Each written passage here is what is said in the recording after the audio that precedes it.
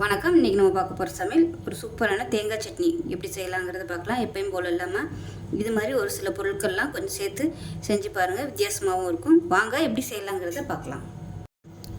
இப்போ ஒரு mixie jar எடுத்துக்கலாம். மெஷரிங் கப்பில் 1 கப் அளவுக்கு துருவின தேங்காய் சேர்த்துக்கலாம். 2 டேபிள் ஸ்பூன் பொட்டுக்கடலை, 6 சின்ன வெங்காயம் சேர்த்துக்கலாம்.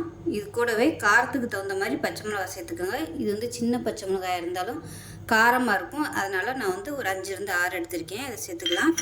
இது கூடவே ஒரு 3 இலை மட்டும் புதினா இலை சேர்த்துக்கலாம்.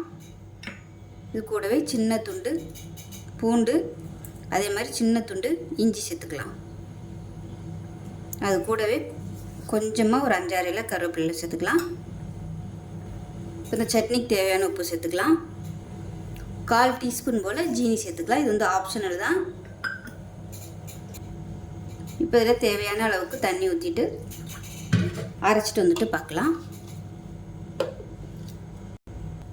இப்போ சட்னி அரைச்சதை ஒரு பவுலில் சேர்த்துக்கலாம். இப்போ இதில் எப்பயும் போல் கடுகு, வரமிளகா, கருவேப்பிலை, பெருங்காயம் போட்டு தாளித்ததை சேர்த்துக்கலாம். அவ்வளோதான், சூப்பரான தேங்காய் சட்னி ரெடி ஆயிடுச்சு. இது மாதிரி செஞ்சு பாருங்கள். செஞ்சு பார்த்துட்டு எப்படி வந்துச்சுங்கிறத சொல்லுங்கள். வீடியோ பிடிச்சிச்சுன்னா லைக் பண்ணுங்கள், கமெண்ட் பண்ணுங்கள், சேனலை சப்ஸ்கிரைப் பண்ணுங்கள், பக்கத்தில் உள்ள பெல் பட்டனை ப்ரெஸ் பண்ணுங்கள். நன்றி.